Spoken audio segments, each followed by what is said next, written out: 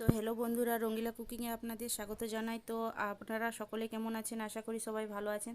তো চলুন আপনাদের জন্য আবারও একটা নতুন একটা ইউনিক আমি ভিডিও নিয়ে এসেছি। তো রেসিপি ইউনিক, একদম খুবই ইউনিক ধরনের রেসিপি এটা। তো অবশ্যই আপনারা ভালো লাগলে বাড়িতে একবার ট্রাই করে দেখতে পারেন। আর ভালো যদি লাগে আমার পুরো ভিডিওটি আপনারা অবশ্যই দেখবেন। যদি ভালো লেগে থাকে তো লাইক শেয়ার কমেন্ট অবশ্যই করবেন। তো চলুন আমি কিভাবে রেসিপিটি বানিয়েছি তো আপনারা দেখুন। ভালো লাগলে বন্ধুদের মধ্যে শেয়ারও করবেন আর কমেন্ট করে অবশ্যই জানাবেন আমাকে। তো এইভাবে আমি নিয়েছি এক বাটির মতো চিড়া। তো চিড়া মানে পোহা, আমি পোহা নিয়েছি, খুব ভালোভাবে ধুয়ে নিয়েছি ফ্রেশ জল দিয়ে। তো এক বাটির মতো এখানে নিয়ে নেব সুজি। তো এখানে সুজি নিয়ে নিচ্ছি এখানে। তো বেকিং পাউডার দিয়ে দিচ্ছি, তার সাথে স্বাদ অনুসার নুন দিচ্ছি আর আধা লেবুর রস দিয়ে দিচ্ছি আর অল্প অল্প জল দিয়ে খুব ভালোভাবে একটা ব্যাটার বানিয়ে আমি 2 মিনিটের মতো ঢাকা দিয়ে রেখে দিয়েছিলাম। তো আমি একটা মিক্সিং জারের মধ্যে নিয়ে খুব ভালোভাবে একটা পেস্ট বানিয়ে নিচ্ছি এইভাবে। তো খুব সুন্দর করে পিষে আমি এইভাবে পেস্ট বানিয়ে নিয়েছি। তো এই রেসিপিটি আপনারা যদি বাড়িতে বানান বাচ্চাদের খুবই ভালো লাগবে। আর হাতে যদি সময় কম থাকে তো এই ধরনের একটা রেসিপি বানিয়ে ফেলবেন আপনারা। তো এইভাবে একটা চামচ দিয়ে কিছুক্ষণ 5 মিনিটের মতো আমি এইভাবে একটু ফেটে নেব।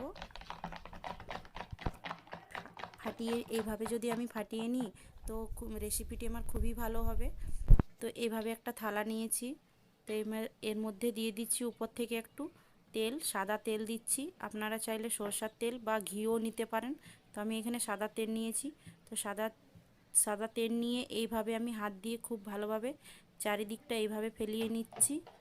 তো এইখানে যে আমি ব্যাটারটা বানিয়ে রেখেছিলাম তো অল্প অল্প করে থালার মধ্যে দিয়ে দিচ্ছি এইভাবে, দেখুন। তো এইভাবে দিয়ে নিচ্ছি আমি এইখানে। তো এইভাবে দিয়ে নিয়েছি এইখানে। তো একটু সাজাবার জন্য আমি এখানে দিয়ে দেব অল্প করে একটু আজওয়াইন দিয়ে দিচ্ছি উপর থেকে এইভাবে। এইভাবে দিয়ে দিলাম। তো এর মধ্যে দিয়ে দেবো একটু লঙ্কার গুঁড়ো।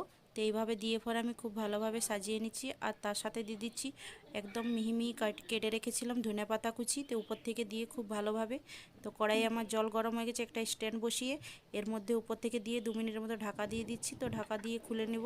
তো খুব সুন্দরভাবে ফুলে গেছে আমার এখানে। তো আমি এখানে বার করে নেব এইভাবে। তো খুব সুন্দরভাবে এইভাবেই বানিয়ে নিয়েছি। তো এইভাবেই সবগুলোকে আমি বানিয়ে পরে সার্ভ করে নিচ্ছি, দেখুন।